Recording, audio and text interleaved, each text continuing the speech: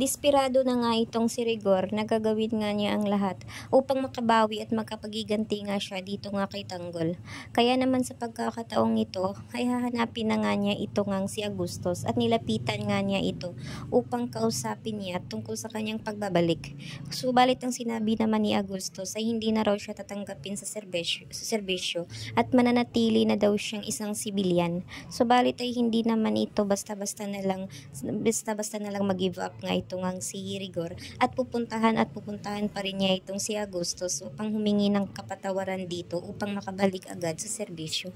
Kaya naman bibigyan nga siya ng kondisyon nga nito ni Agustos na papayag lang umano siya kapag papatayin raw umano niya ang kanyang sariling anak na si Tanggol. Hindi naman alam kasi ni Agustos na si Tanggol ay hindi niya tunay na anak. Kaya naman ay hindi naman tumanggi agad itong si Rigor at pumayag nga siya sa kagustuhan nga nito ni Agustos na itumbang nga itong si Tanggol. Dahil ito rin naman ang tanging gusto nga ni Rigor na makabalik upang makapaghiganti dito kay Tanggol. Kaya naman ay tinanong nga ni Rigor ito ngang si Agustos na kailan umano siya magsisimula. Kaya naman kinabukasan agad ay nakapagsimula na ulit sa kanyang trabaho itong si Rigor.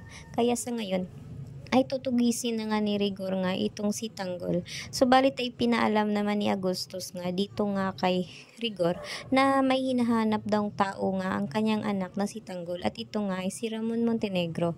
Kaya naman sinabi naman ito ni Rigor na kilala raw umano niya itong si Ramon Montenegro.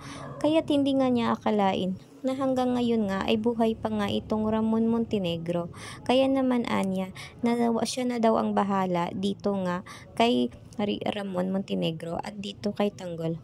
Kaya naman sinabi naman ni Agustos na pag mapalpak umano ang kanyang ginawa ay tatanggalin umano sa serbisyo ulit at hindi kailanman makakabalik na raw ito ngang si Rigor dito sa kanyang trabaho.